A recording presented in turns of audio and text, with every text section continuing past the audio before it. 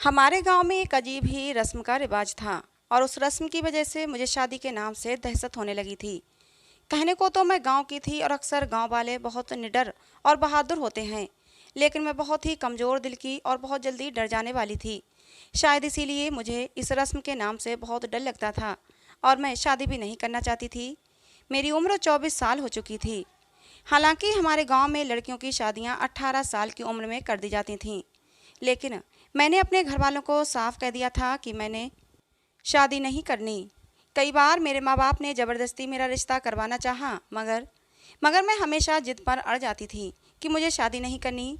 मेरे घर वाले जानना चाहते थे कि आखिर मैं शादी क्यों नहीं करना चाहती, लेकिन फिर मुझे ये बताते हुए भी शर्म आती कि मैं घोड़े को लेकर डर जाती हूँ। आखिर गांव वाले घोड़े के साथ इस रस्म को क्यों करवाते हैं? मैं पूरे गांव के सामने अपना तमाशा नहीं बनवाना चाहती थी। दरअसल ये रस्म हमारे गांव के मुखिया की तरफ से की जाती थी और हमारे गांव का मुखिया इतना सख्त था कि इस रस्म के बगैर शादी की कोई गुंजाइश ही नहीं थी। वो खुद शादी से एक हफ्ता पहले पूरे गांव को इकट्ठा करके दुल्हन से ये रस्म करवाता था और फिर उस रस्म के होने के एक हफ्ते बाद ही लड़की की शादी होती थी। आज तक हमारे गांव में ऐसा नहीं हुआ था कि किसी भी लड़की की इस रस्म को किए बिना शादी हो गई हो। मुझे आज भी अच्छे से याद है कि उस समय मैं छोटी थी जब हमारे गांव की एक लड़की निर्मला की शादी हुई थी। मैं जिद करके अपने पापा के साथ इस रस्म को देखने के लिए भरे मैदान में चली गई थी। निर्मला दुल्हन बनी हुई अपने पापा के साथ गांव के मैदान तक आई थी। ये रस्म देखने के लिए सिर्फ गांव के मर्द ही जमा होते थे, लेकिन मेरे रोने की वजह से पापा मुझे अपने साथ ले गए। वैसे भी मैं उस समय बहुत छोटी थी, इसलिए किसी ने ऐतराज न किया। दुल्हन बनी निर्मला को घोड़े के पास ले जाया गया और फिर रस्म का सिलसिला शुरू हुआ तो निर्मला की चीखें पूरे मैदान में गूंजने लगीं। घोड़े को भी अच्छी तरह पता था कि इस रस्म को कैसे करना है। घोड़ा अपनी जीभ निकालकर निर्मला की तरफ बढ़ चुका था। अब निर्मला को घोड़े की पीठ पर बैठा दिया गया और घोड़ा निर्मला को लेकर एक जंगल की तरफ को चल दिया। निर्मला का दुपट्टा गिर गया था, उसे कुछ होश नहीं था। वो तो बस घोड़े की पीठ पर लदी हुई थी। निर्मला की बिगड़ी हालत देखकर मेरी सांसें रुक गई थीं, लेकिन सब लोग ऐसे आनंद उठा रहे थे जैसे कुछ हुआ ही ना हो। मुखिया भी उस समय वहीं थे और इस सारे दृश्य को देखकर आनंदित हो रहे थे। आखिर आनंदित क्यों ना होते, ये सब उनके हुक्म पर ही तो होता था। मुखिया का कहना था कि इस तरह गांव की लड़कियों को मर्दों से मोहब्बत करना और उनकी खिदमत करना आ जाता है। साथ ही साथ अगर ये रस्म पूरी होती है तो लड़कियों के ससुराल वाले लड़कियों को बहुत इज्जत और प्यार के साथ रखते हैं। लेकिन ये बात मेरी समझ में बिल्कुल नहीं आती थी। मुझे तो ये रस्म बेकार की रस्म लगती थी।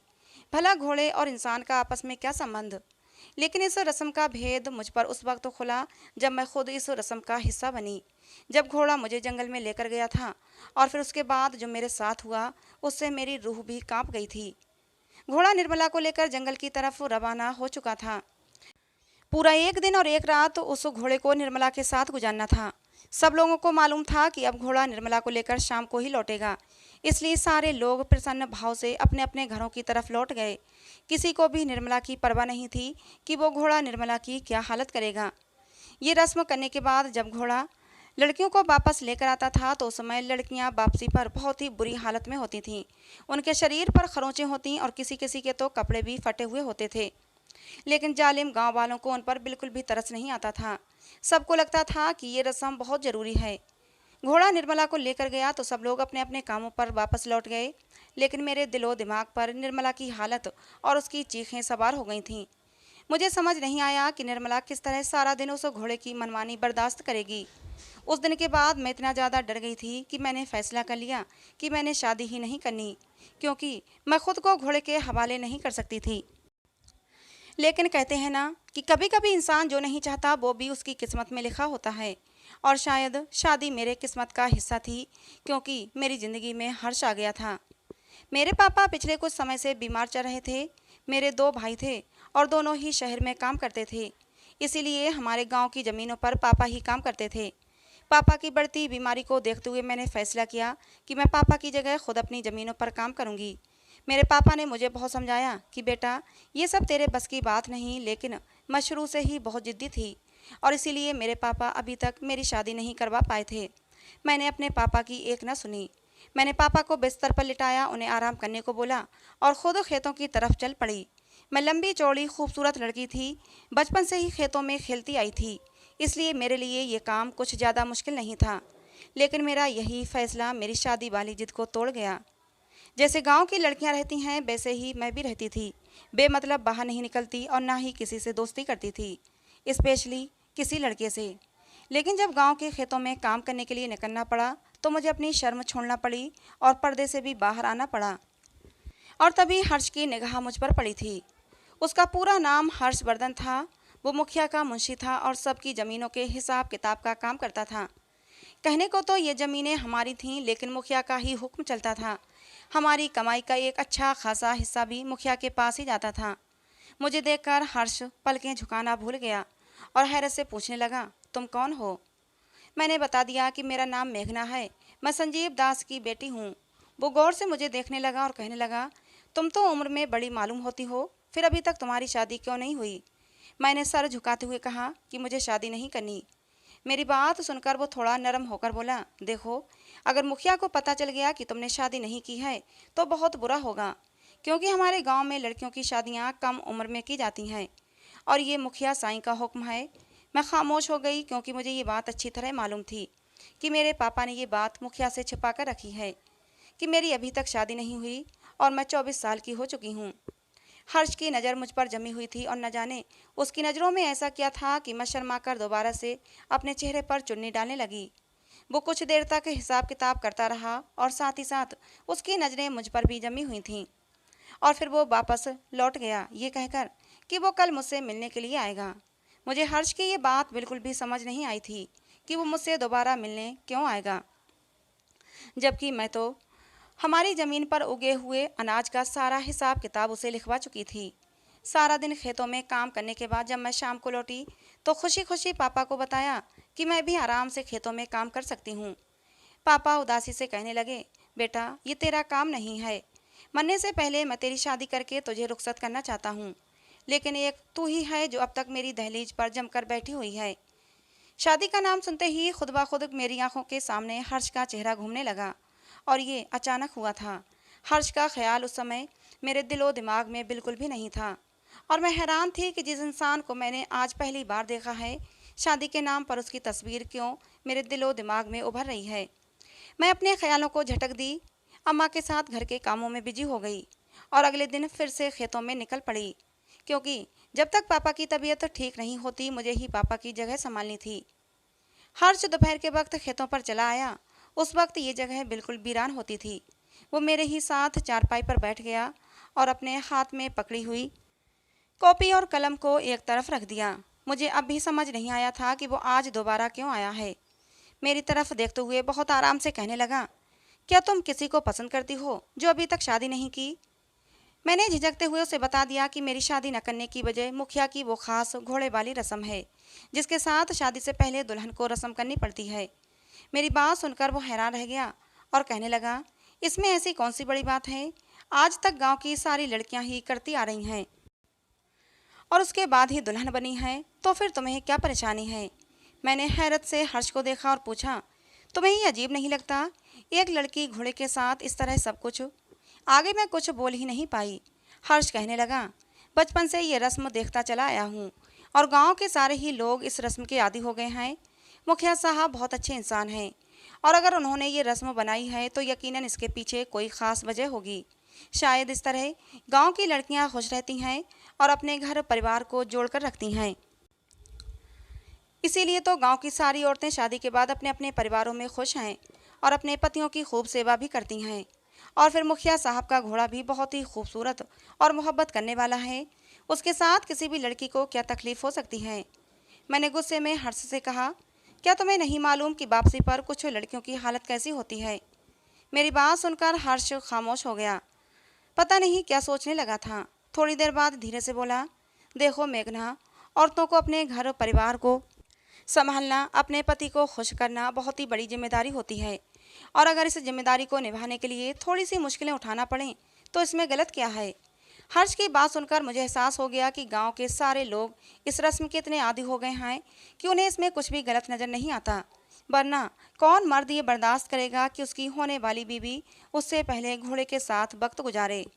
हर्ष को मेरे गुस्से का अंदाज़ा हो गया था। वो भाप गया था कि मुझे ये रस्म बिल्कुल पसंद नहीं। फिर वो मुझसे इधर उधर की बातें करने लगा। और अब जब भी मैं खेत पर काम करने जाती तो हर्ष मेरे पास चला आता। धीरे धीरे हम दोनों आपस में अपने दिल की बातें भी शेयर करने लगे। एक दूसरे से बातें करते करते कब एक दूसरे से प्यार कर बैठे पता ही नहीं चला। मेरी शादी न करने की जिद एक झटके में ही टूट गई थी, लेकिन शादी के नाम से अब भी डर लगता था। मैंने ये डर हर्ष के सामने भी प्रकट किया। हर्ष मुझे समझाने लगा, डरो मत, सारी लड़कियां ही करती हैं, तुम भी कर लेना। लेकिन पता नहीं क्यों ये बात कहते हुए हर्ष के चेहरे पर एक दर्द की लकीर उभर आई थी। उसकी आंखों में उभरी इस दर्द की लकीर को मैं साफ पहचान गई थी। एक दिन मुझे समझाते हुए बोला, ये घोड़े वाली जो रस्म है इसका डर अपने दिल से निकाल दो। मैं आज ही अपने माता पिता को तुम्हारे घर हमारे रिश्ते की बात करने के लिए भेजने वाला हूँ। हर्ष शरारत भरी नज़रों से मुझे देख रहा था। उसकी आंखों में चमकती शरारत देखकर मैं शर्म से लाल हो गई। हर्ष मेरे सर पर हल्की सी चपत मारकर चला गया था और मैं हर्ष के साथ अपनी सुहानी जिंदगी के सपने सजाने लगी थी। मैं सपने में भी नहीं सोच सकती थी कि हर्ष जैसा पढ़ा लिखा और गांव के मुखिया का मुंशी मुझसे शादी करेगा। वो मुझसे मोहब्बत कर बैठा था, इस बात का मुझे यकीन ही नहीं होता था। लेकिन बात जहाँ पर शुरू होती थी वहीं पर ख़त्म हो जाती थी। वही ढाक के 3 पात। शादी का नाम आते ही वो घोड़े वाली रस्म भी याद आ जाती और मेरी जान निकल जाती। मैं अजीब से दोराहे पर खड़ी हुई थी। मैं हर्ष जैसे इंसान के साथ अपनी ज़िंदगी गुजारना चाहती थी, लेकिन घोड़े के साथ एक दिन तो क्या, 1 घंटा भी नहीं गुजार सकती थी। मैं घर पहुंची तो मेरे चेहरे पर चिंता की लकीरें उभरी हुई थीं और ये बात मेरे पापा ने महसूस कर ली थी। अपने पापा के साथ मेरी बहुत अच्छी दोस्ती थी। कोई भी बात होती मैं अपने पापा से ज़रूर शेयर करती थी। जब पापा ने मुझसे मेरी चिंता की वजह पूछी तो मैंने उन्हें हर्ष के बारे में सब कुछ सच सच बता दिया और फिर मैंने अपनी शादी न करने के पीछे की वजह भी अपने पापा को बता दी। हर्ष का सुनकर पापा खुशी से पागल हो गए और कहने लगे, वो तो बहुत ही पढ़ा लिखा और नेक इंसान है, ऐसे लड़के का रिश्ता बहुत ही किस्मत की बात होती है। अगर हर्ष की माँ मेरे दरवाजे पर आई तो मैं कभी उन्हें इनकार नहीं करूँगा। रही बात घोड़े की, तो आज तक उसने किसी भी लड़की को कोई नुकसान नहीं पहुँचाया है। वो तो बहुत ही मोहब्बत करने वाला घोड़ा है, हर वक्त मुखिया साहब के अस्तबल में बंद रहता है। पापा की बात सुनकर मैं सोचने पर मजबूर हो गई। सारी रात मैं अपने आप से लड़ती रही, लेकिन आखिर में मैं हार गई। लेकिन मैंने एक प्लान बनाया। इस प्लान के चलते मैं इस रस्म से बच सकती थी। अगली दोपहर हर्ष मुझसे मिलने मेरे पास आया और कहने लगा, आज शाम में मेरी माँ तुम्हारे घर आएंगी। मैंने डरते डरते हर्ष से पूछा कि ऐसा मुमकिन नहीं कि हमारी शादी गांव में ना होकर शहर में हो जाए।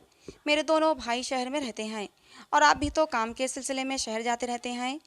मैं अपने भाइयों के पास चली जाती हूँ, आप भी वहीं आकर मुझसे शादी कर लीजिएगा। हर्ष गौर से मेरा चेहरा देखते हुए कहने लगा, लगता ही नहीं तुम गांव की हो। गांव की लड़कियां तो बहुत ही बहादुर होती हैं, लेकिन मैंने तुमसे मोहब्बत की है, इसलिए तुम्हारी बात मानने को तैयार हूँ। मेरी माँ आज तुम्हारे घर रिश्ता लेकर आएंगी, फिर अगले हफ्ते में तुम शहर चली जाना। मैं भी अपने माँ बाप को लेकर शहर आ जाऊँगा, फिर वहीं हम दोनों शादी कर लेंगे। हर्ष की रजामंदी मिलते ही मैं खुशी से दीवानी हो गई। बहुत ही आसानी से मेरी बात वो मान गया था। ऐसा लग रहा था जैसे वो भी घोड़े वाली रस्म से बचना चाहता है, लेकिन तकदीर को शायद कुछ और ही मंजूर था। मेरे नसीब में इस रस्म से गुजरना ही लिखा था। जब मेरा रिश्ता हो गया तो मैंने अपना सामान बांध लिया। मेरे पापा मुझे गाड़ी पर बिठाने के लिए गांव के बाहर जाने वाले रास्ते पर चल पड़े। पापा मुझे बहुत सारी नसीहत भी करते जा रहे थे और बता रहे थे कि मेरे दोनों भाई मुझे बस अड्डे से ले लेंगे। हम गांव से बहुत दूर निकल आए। अभी बस अड्डे पर पहुंचने ही वाले थे कि तभी धूल उड़ाती हुई एक गाड़ी हमारे करीब आकर रुकी। पापा ने फौरन मुझे चेहरे पर घूंघट करने को कहा, क्योंकि ये मुखिया साहब की गाड़ी थी। आज तक कभी मेरा उनसे आमना सामना नहीं हुआ था। मुझे बहुत ज़्यादा डर लग रहा था। गाड़ी का दरवाज़ा खुला और मुखिया साहब गाड़ी के नीचे उतरे। पापा ने फ़ौरन निगाहें झुका लीं और मुखिया साहब को नमस्ते किया। मैंने भी धीरे से उन्हें नमस्ते कर दिया। मुखिया साहब मुझे ऊपर से नीचे तक देखते हुए मेरे पापा से पूछने लगे, हाँ संजीव दास, ये तेरे साथ कौन है और इस तरह से लड़की को छिपाकर गांव से बाहर क्यों ले जा रहा है? मेरे पापा डरते डरते बोले, साहब ये मेरी बेटी है और उसे अपने बेटों के पास शहर भेज रहा हूँ। पापा की बात सुनकर मुखिया हैरत से देखने लगा। बोला, संजीव दास, मैं तो यही समझता था कि तेरे 2 बेटे हैं, तेरी एक बेटी भी है, ये तो मुझे पता ही नहीं था। तभी मुखिया के एक नौकर ने मुखिया के कान में आकर कुछ कहा, जिसे सुनते ही मुखिया गरज कर बोले, संजीव दास, ये मैं क्या सुन रहा हूँ? तेरी बेटी 24 साल की हो गई और तूने अभी तक उसकी शादी नहीं की, और तू अपनी बेटी को अपने बेटों के पास इसकी शादी करवाने के लिए भेज रहा है। आज तक हमारे गांव में ऐसा नहीं हुआ कि हमारे गांव की बेटियां शहर जाकर शादी करें। गांव की जितनी भी बेटियों की शादियां हुई हैं वो गांव के अंदर ही हुई हैं और पूरे रस्मों रिवाज के साथ हुई हैं। मैं डर से थर थर कांपने लगी। मुखिया के नौकर ने शायद मेरे बारे में मुखिया को सब कुछ बता दिया था। मुखिया फिर गुस्से से बोले, संजीव दास, मैं जानता हूँ कि तेरा परिवार गांव के और परिवारों से थोड़ा अलग है। तेरे बेटे भी पढ़े लिखे हैं और शहर में नौकरी करते हैं। तेरे घर का माहौल भी गांव के माहौल से अलग है, थोड़ा शहरी है। लेकिन इसका ये मतलब हरगिज नहीं कि तुम गांव के रस्मों रिवाज भूल जाओ। अगर तुमने गांव के रस्मों रिवाज को भूलकर शादी की तो तुम्हें इस गांव से बेदखल कर दिया जाएगा। मुखिया की बात सुनकर पापा घबरा गए थे। हड़बड़ाते हुए बोले, नहीं मुखिया साहब, ऐसी बात नहीं है। शादी तो गांव के ही लड़के यानी आपके मुंशी हर्षवर्धन से हो रही है, लेकिन इसके भाई चाहते हैं कि अपनी बहन की शादी शहर में धूमधाम से करें, बस इसीलिए बुला रहे हैं। मुखिया ने गुस्से से गरजते हुए कहा, संजीव दास, अपनी बेटी को लेकर वापस लौट जा। पहले गांव की जो खास रस्म होती है उसे करवा, फिर चाहे अपनी बेटी की शादी शहर में करवाना या फिर विदेश में। लेकिन जब तक गांव की खास रस्म नहीं करवाएगा तो तुझे बागी करार दे दिया जाएगा और तेरा गांव में जीना दूभर कर दिया जाएगा। मुखिया की बातें सुनकर मैं डर से कांपने लगी थी। अब तो किसी तरह मुमकिन नहीं था कि मैं इस रस्म से बच जाती। अब तो मुखिया को भी मेरी उम्र पता लग गई थी। अगर मैं न चाहती तब भी मुझे शादी करना पड़ती। मेरी आंखों में अपनी बेबसी पर आंसू भर आए। मेरे पापा ने मुखिया से हाथ जोड़कर माफ़ी मांगी और फिर मेरा हाथ पकड़कर वापस मुझे घर ले आए। हम घर आ गए। पापा बहुत परेशान लग रहे थे। उनके चेहरे से डर साफ झलक रहा था। पापा डर गए थे कि कहीं मुखिया उनके खिलाफ कोई कड़ा फैसला न सुना दें। गांव के बुजुर्ग अपने गांव से अलग नहीं रहना चाहते। पता नहीं उन्हें गांव से ऐसा क्या लगा होता है। अगर पापा चाहते तो इस गांव से रिश्ता ख़त्म कर देते और हम शहर जाकर बस सकते थे।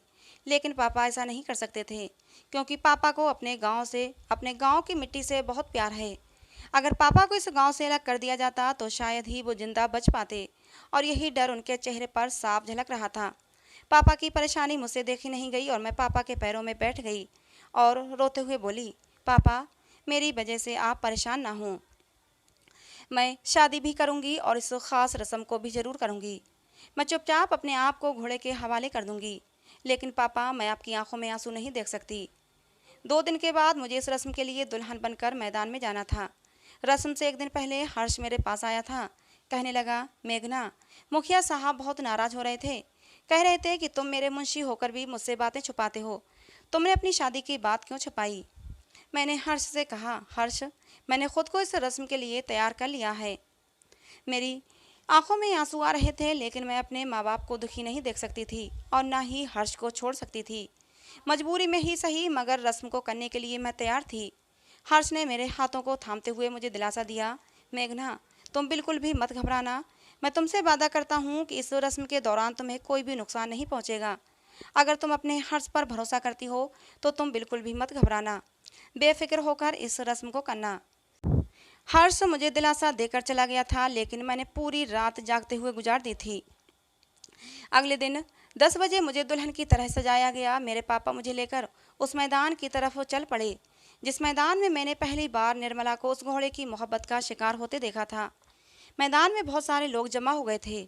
मुखिया भी मौजूद था। मुखिया के एक नौकर मुझे लेकर घोड़े की तरफ बढ़ने लगा। मैंने घूंघट से अपना चेहरा छुपा रखा था, लेकिन उसके नीचे से भी मैं मुखिया के पीछे खड़े हर्ष को साफ देख रही थी। गांव के सारे मर्दों की नज़र मेरे ऊपर टिकी हुई थी। जैसे ही मुझे घोड़े के पास ले जाया गया, घोड़ा अपनी जीभ निकाल कर मुझे चाटने लगा। मुझे बहुत घिन महसूस हो रही थी। साथ ही साथ मैं डर के मारे काँप भी रही थी। चाटते चाटते घोड़े ने अपनी गर्दन मेरे शरीर पर रगड़ना शुरू कर दी। वो मुझसे अपनी मोहब्बत का इजहार कर रहा था और मैं किसी भी तरह ये सब कुछ बर्दाश्त कर रही थी। मैं निर्मला की तरह चीख नहीं रही थी, क्योंकि मैं अपने बीमार बाप को परेशान नहीं करना चाहती थी। फिर उसके बाद मुझे घोड़े की पीठ पर बिठा दिया गया। घोड़ा मुझे लेकर जंगलों की तरफ चला गया। मेरे सर से घूंघट सरक चुका था और मेरी चुनरी पता नहीं नीचे कहाँ गिर गई थी। डर के मारे मेरा बुरा हाल था। पता नहीं ये घोड़ा मेरे साथ क्या करने वाला था। वीरान रास्तों से होता हुआ अपनी रफ्तार में भागा चला जा रहा था। ऐसा लग रहा था कि जैसे घोड़ों को सारे रास्ते के बारे में पहले से सब जानकारी है। जब घोड़ा बीचों बीच जंगल में पहुंचा तो मेरी ऊपर की सांस ऊपर और नीचे की नीचे रह गई, क्योंकि जंगल के बीचों बीच एक महल सा बना हुआ था। उस आलीशान घर के सामने आकर घोड़ा खुद ही रुक गया। गिरते पड़ते घोड़े से उतरी। मुझे कुछ समझ नहीं आ रहा था कि मैं कहाँ जाऊं। घोड़ा अब भी मुझे चाट चाट कर अपने प्यार का इजहार कर रहा था। तभी दूसरे रास्ते से एक गाड़ी मेरे पास आकर रुकी। मैं डर के मारे 2 कदम पीछे हो गई, लेकिन गाड़ी में से उतरते मुखिया को देखकर मैं हैरान हो गई। आखिर गांव के मुखिया का यहाँ क्या काम। मुखिया मेरे पास आकर खड़े हो गए। वो मुझे बहुत ही अजीब सी नज़रों से देखने लगे। उनकी नज़रें मुझे अपने बदन के आर पार होती हुई महसूस हो रही थीं। मैं अपने हाथों से ही खुद को ढकने लगी, क्योंकि मेरी चुन्नी तो पता नहीं कहाँ गिर गई थी। मेरे शरीर के हर एक उभार को मुखिया बहुत ही गौर से देख रहा था। मुखिया ने अपनी उंगली मेरे गालों पर लगाते हुए कहा, खूबसूरत तो तू बहुत है, लेकिन तूने उम्र निकाल दी। अगर तू कम उम्र में मेरे पास आ जाती तो मुझे और भी ज़्यादा खुशी होती। ये कहकर मुखिया ने मुझे अपनी बाहों में भर लिया। मेरे सिर पर तो जैसे आसमान गिर पड़ा था। मुझे विश्वास ही नहीं हो रहा था कि ये सब क्या हो रहा है। क्या वाकई ये सब कुछ सच है या सपना है। मैंने मुखिया की कैद से खुद को छुड़ाने की नाकाम कोशिश की। मुखिया की पकड़ मजबूत थी। मैं उसकी कैद से छूट न सकी। फिर भी मैं हाथ पैर चला रही थी। मुझे खींचते हुए वो घर के अंदर ले जाना चाहता था, लेकिन मैं भी गांव की छोरी थी। मैंने पूरी ताकत लगाकर मुखिया को धक्का दे दिया, लेकिन इससे पहले कि मैं वहां से भागती, मुखिया ने मुझे फिर से पकड़ लिया। वो घर के बाहर ही मुझे अपनी हवस का शिकार बनाना चाहता था। मुखिया के नौकर ये तमाशा देख रहे थे। ऐसा लग रहा था कि जैसे उनके लिए ये कुछ नया नहीं, बल्कि सब कुछ पुराना है। मैं जोर जोर से चीख रही थी, खुद को बचाने के लिए हाथ पैर चला रही थी। पास खड़ा घोड़ा ये सब देखकर हिनहिनाने लगा था। ऐसा लग रहा था कि जैसे घोड़े को गुस्सा आ रहा है। अचानक ही घोड़े ने मुखिया पर लातें बरसाना शुरू कर दी। जब तक मुखिया के नौकर गाड़ी से उतरकर मुखिया के पास आते, तब तक घोड़े ने लातें मार मार कर मुखिया का काम तमाम कर दिया था। मुखिया के नौकर हक्का बक्का से खड़े ये तमाशा देख रहे थे। जब घोड़े को विश्वास हो गया कि मुखिया का काम तमाम हो गया, तो वो फिर से मेरे पास आया और अपनी जीभ निकालकर मुझे चाटने लगा। लेकिन इस बार उसके चाटने से मुझे घिन नहीं आ रही थी। लेकिन मुझे समझ नहीं आ रहा था कि घोड़े ने अपने ही मालिक के साथ ऐसा क्यों किया। थोड़ी देर बाद मुखिया का एक नौकर मेरे पास आया और अपने कंधों से चादर उतार कर मेरे ऊपर डाल दी। दोनों नौकर मेरे सामने हाथ जोड़कर खड़े हो गए। कहने लगे, हम ये तमाशा बहुत ही मजबूरी में देखते थे। अगर मुखिया के खिलाफ जाते तो मुखिया हमारे परिवार को नुकसान पहुंचा देता। ये तमाशा हम लोग न जाने कब से देखते चले आ रहे हैं कि मुखिया गांव की कम उम्र कम से न लड़कियों को कैसे अपनी हवस का शिकार बनाता है। अपनी हवस मिटाने के बाद मुखिया उन लड़कियों को वापस भेज देता था और उन्हें इतना डरा देता था कि वो बेचारी अपना मुंह नहीं खोलती थी। फिर उनमें से एक आदमी बोला, लेकिन आज जो हुआ ये हमारी समझ में नहीं आया, क्योंकि ये तो मुखिया का खास सिखाया हुआ घोड़ा है। ये मुखिया की सारी बातें मानता था और लड़कियों को लेकर इस घर तक आता था। लेकिन पता नहीं आज क्यों इतना गुस्सा आ गया और उसने मुखिया की ही जान। ये तो मुझे भी समझ नहीं आ रहा था कि घोड़े ने मेरा साथ क्यों दिया। खैर, दोनों नौकरों ने मुझे अगले दिन तक उसी घर में रखा और मुखिया का जंगल में ही अंतिम संस्कार कर दिया। अगले दिन शाम को घोड़े की पीठ पर बिठाकर उन दोनों ने मुझे गांव की तरफ रवाना कर दिया, जिससे कि लोगों को शक न हो। मुझे सही सलामत देखकर मेरे माँ बाप बहुत खुश हुए थे। अगले ही दिन पूरे गांव में शोर हो गया कि मुखिया जंगल में शिकार खेलने गए थे, फिर पता नहीं लौटकर नहीं आए। शायद किसी जंगली जानवरों ने उन पर हमला कर दिया हो और उनका शिकार कर लिया हो। गांव के सब लोग दुखी हो गए थे, लेकिन मैं अंदर ही अंदर खुश हो गई थी। और शायद उन लड़कियों ने भी बहुत खुशी मनाई होगी जो उस जालिम मुखिया की हवस का शिकार बनी थीं। मुखिया के नौकरों ने मुझसे वादा लिया था कि मैं गांव में किसी को भी कुछ न बताऊं, क्योंकि अगर मेरे मुंह से कुछ निकला तो गांव की सारी लड़कियों के घर बर्बाद हो जाएंगे, क्योंकि वो बेचारी मासूम लड़कियां शादी से पहले ही मुखिया की हवस का शिकार बन चुकी थीं।